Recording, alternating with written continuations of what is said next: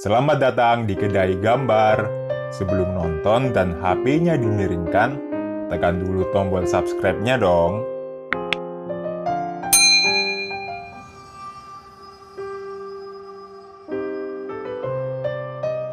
Alkisah hiduplah dua orang pemuda pekerja keras dan berjiwa petualang bernama Darto dan Parto.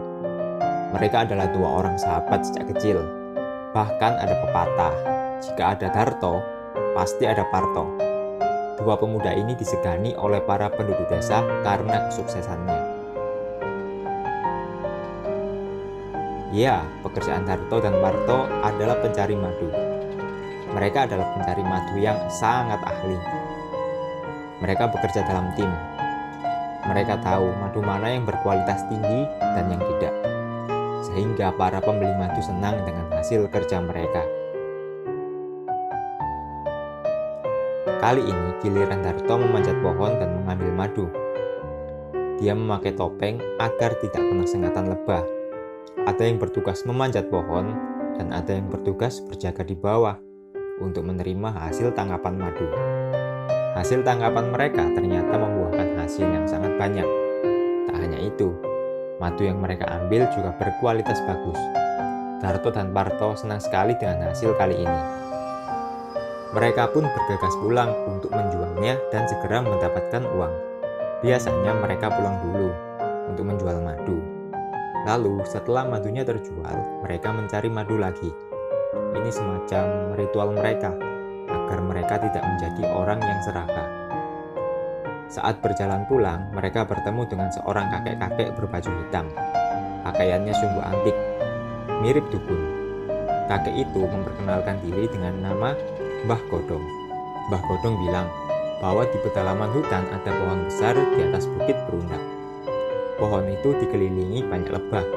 Mbah Godong pernah sekali ke sana dan mencicipi madu yang jatuh ke tanah, dan rasanya enak. Dan tiba-tiba Mbah Godong menghilang. Tapi mereka berdua tidak peduli hal itu. Pikiran mereka tertuju pada madu yang enak tersebut. Mereka menaruh madu di rumah. Tidak sempat menjual madu, lalu bergegas menuju pohon tersebut. Setelah melewati hutan sekitar 1 jam, tibalah mereka di pohon tersebut. Pohon itu memang sangat besar, akarnya kuat dan daunnya sangat lebat. Mereka bisa mengira-ngira madu dengan kualitas seperti apa yang bakal dihasilkan di sini.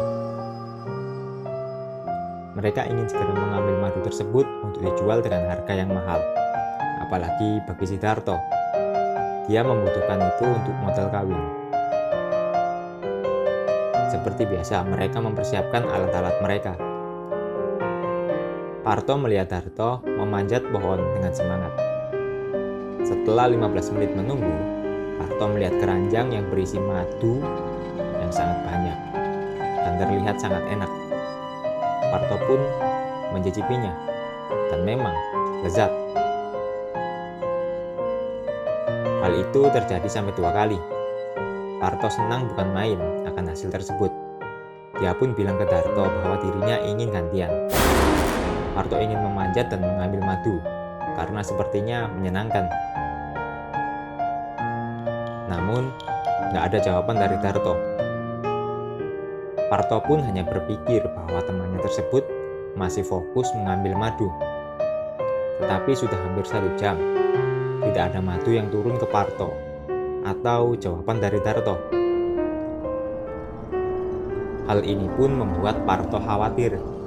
Jangan-jangan temannya kena sengat, tetapi kok tidak teriak. Atau jangan-jangan dia tapi Parto tidak mau mikir yang macam-macam. Sesaat kemudian, kekhawatiran Parto hilang karena mendengar dan melihat suara tali dan keranjang yang turun. Dia pun bersiap menerima keranjang yang berisi madu lezat tersebut.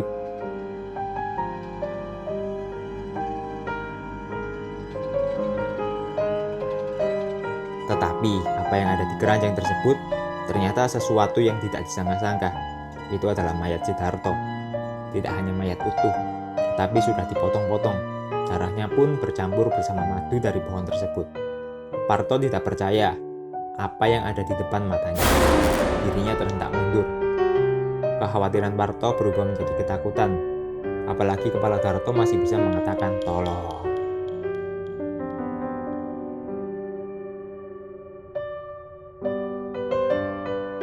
Parto pun segera sadar dan memberanikan diri melihat ke atas pohon. Ini pasti ulah orang jahat yang ingin madu ini juga.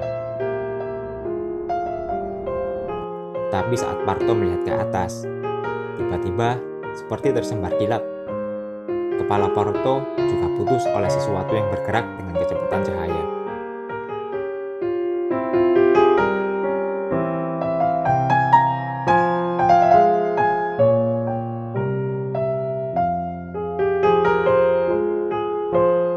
Setelah itu, daun-daun pohon itu berguguran di atas mayat Darto dan Parto. Berita kematian Darto dan Parto pun menyebar luas ke seluruh penjuru desa. Penduduk penasaran kok bisa mereka berdua mengalami nasib yang tragis seperti itu. Sampai saat ini mereka masih tidak tahu kematian Darto dan Parto tersebut disebabkan karena apa. Apa karena ulah orang jahat, para pesaingnya, Mbah Bodong, atau mereka yang terlalu serakah, atau pohon tersebut memang benar-benar angker.